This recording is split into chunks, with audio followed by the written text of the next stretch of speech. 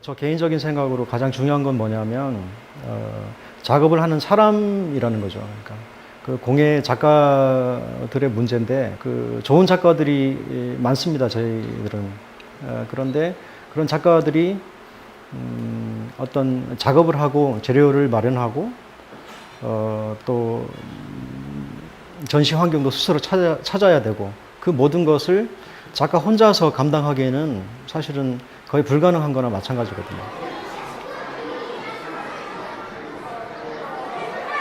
제가 그 정책 얘기 중에서 제일 경험했던 것 중에서 전통공예, 지금 저희가 전승공예라고 얘기를 하죠. 그러니까 공예계를 보면은 전승공예라고 하는 부분하고 그 다음에 현대공예, 조형공예라고 하는 부분이 이원화된 이 그 공예계의 어떤 실질적인 어떤 구조 안에서 봤을 때 전승공예에 대해서는 국가적으로 이미 어떤 제도적인 장치, 즉 발전할 수 있는 제도적인 장치를 가지고 꾸준한 지원을 해주고 있죠. 반면에 현대공예는 그 전승공예의 제도적 장치 안에 들어가지 못하는 거 분명하고요. 현대공예 속성상 실험적이거나 또는 그 전통공예가 갖고 있는 기술에 집착하는 부분이 아니라 예술성이라고 하는 부분에 얘기를 하다 보니까 순수한 예술, 문화예술위원회에서 얘기를 하는 그런 파인아트의 영역하고도 성격은 비슷한데 뭔가 다르게 범주화되어 있기 때문에 그 영역 안에도 들어가지 못한다는 거죠.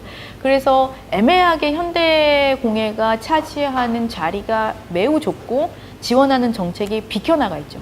그러니까 사실은 현대공예가들이 살아남기에는 굉장히 열악한 환경인 거죠. 제도적으로 졸업생은 많은데 공예 관련한 학과의 졸업생들은 많은데 지원받는 제도가 이 양쪽에서 전승도 아니고 그 파인아트도 아니기 때문에 그 빈 공간이 생겨버린 거예요. 그럼 그들이 설 땅이 사실은 별로 없죠. 그런 문제들이 좀 있어서 실은 현대공예를 좀 지원해 줄 수 있는 제도적 장치도 상당히 큰 국가적인 어떤 배려로서 꼭 있어야 되는 것 중에 하나가 아닐까라는 생각이 듭니다. 지금 이제 공예 분야 같은 경우에 그 진흥단체가 이제 거의 유일하지 않습니까? 공예문화진흥원이.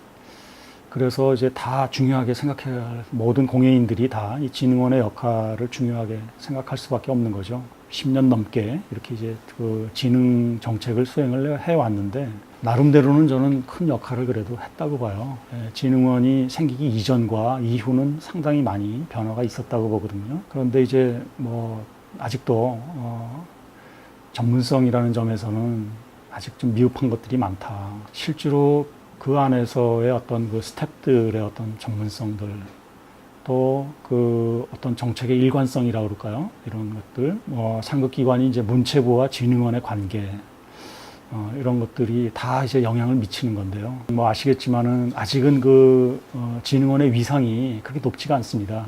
문체부 안에서도 디자인 진흥원, KIDP하고 비교한다면 뭐 이게 그 규모라든가 또 위상이 이제 그것 때문에도 일단은 공예문화진흥원으로 분리 독립되는 것이 우선은 중요하다 그 생각이 들고요. 그 다음에는 지원의 대상이 지금까지보다는 조금 더 개인 작가들, 실제 현업에서 일하고 있는 현장에서 일하고 있는 현장 작가, 전업 작가들에 대한 지원 이런 쪽으로 조금 더 여러 가지 그 방법들이 모색돼야 되지 않느냐. 아시겠지만은 사업자 등록증도 없이 활동하는 작가들도 있거든요. 이것이 이제 현실이란 말이죠. 근데 이제 그런 이유 때문에 전혀 지원 대상에서 이제 배제되는, 원천적으로 이제 배제가 되는 이런 경우들도 있어서, 물론 이제 작가들도 그런 것 때문에도 이제 더 지원을 받기 위해서 준비해야 되는 부분들이 있지만, 유일한 진흥단체인 공예문화진흥원에서 그렇게 조금 더 실제로 이 분야를 구성하고 있는, 또 활동하고 있는 그 중심이라고 할 수 있는 현장의 어떤 작가들, 또 나아가서 그 사람들의 작업을 유통하고 있는 갤러리들, 공예 전문 갤러리들, 이런 데에 대한 어떤 지원, 이런 것들이 어떤 것들이 좀 더 실효가 있는 거냐 하는데 좀 더 관심을 가져야 되지 않을까. 우리 작가들이 어떤 작가들이 있나 먼저 파악이 돼야 될 것 같아요. 굉장히 중요한 문제인데 그 작가들이 어떤 작업을 하고 주로 어떻게 발표를 하고 또 어떤 류의 작업들을 하고 있나, 그런 작가들이 몇이나 되나, 그런 어떤 방법을 통해서 좋은 전시도 마련을 할 수가 있다고 생각을 하거든요. 공예 디자인 문화 그 진흥원에서 이렇게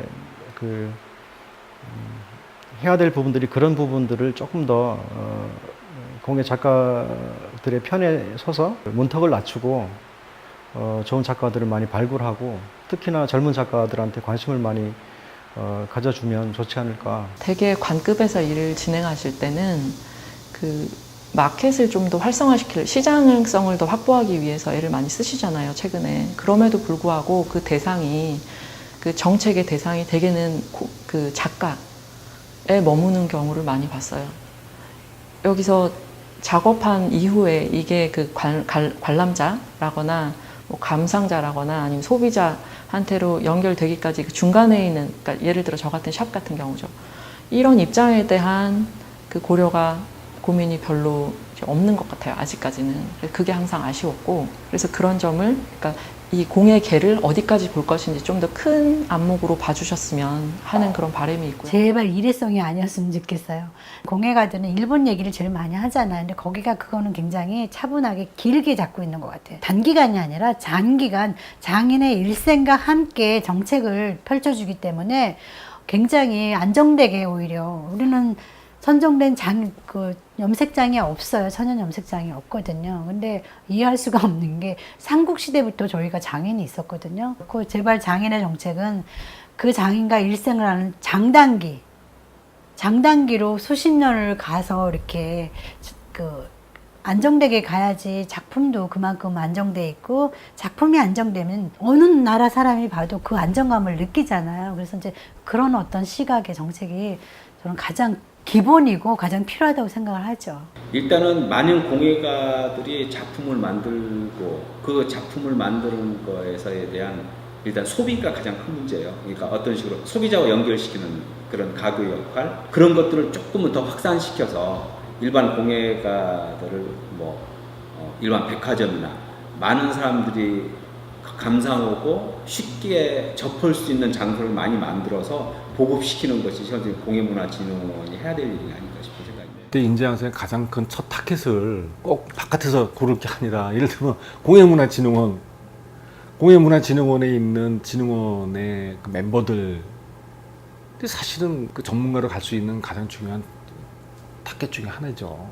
그 사람들 다 프로듀서가 될 필요는 없겠지만, 또 뭐가 됐든 그 일에 뭔가 직접적으로 일을 하고 있는 사람들, 그 영역되어 있는 사람들이 뭔가 또 프로듀서가 될 수 있는 그 역량을 강화시킬 수 있는 기회를 다 뭔가 좀 더 이렇게 적극적으로 부여하고 길러나가는 이런 노력들이 필요할 것 같고요. 되게 정책적인 부분들, 정책적인 지원 이런 것은 생산자 쪽으로 거의 집중이 되어 있는 것 같아요. 그런데 아시겠지만 그것이 결국은 시장이 만들어져야 그 선순환이 되겠죠. 시장이 만들어지려면 그것에 대한 가치 인식들을 갖다가 생산자나 사용자가 서로 공유를 해야 되는데, 생산자 따로 사용자 따로 가고 서로 만나는 부분들이 굉장히 없다고 생각을 해요. 오히려 생산자도 당연히 그쪽도 정책적으로 지원이 되고 근데 그것은 예전부터 해왔던 것이란 말이죠. 컨슈머 에듀케이션이라고 그럴까요? 이 소비자 쪽에서의 어떤 공예의 가치가 무엇이고 그런 것들을 서로 인식을 같이 할 수 있을 때 이것이 시장이 하나 만들어지고 그것이 지속적으로 선순환되면서 발전될 수 있는 거 아닌가. 지금 숫자로 말하면 전국의 공예 작가라고 그럴까가 글쎄 100만 단위를 훨씬 넘었을 거라고 생각해요. 다만 그 100만 단위 이상의 공예가가 공예 디자인 진흥원을 의식하고 있는가라는 거예요. 희망 같아서는 모든 공예가가 공예 디자인 진흥원을 기억하고 고맙다, 고마운 기관이다 라고 생각할 수 있도록 모든 정책의 전환이 필요하다. 하지만 예산의 문제라든지 행사의 문제라든지 모든 걸 생각해야 되지만, 그렇게 생각하는 방향으로 그 진흥원이 좀 더 뭐라고 탈바꿈이나 그럴까 좀 변하는 계기가 됐으면 좋겠다.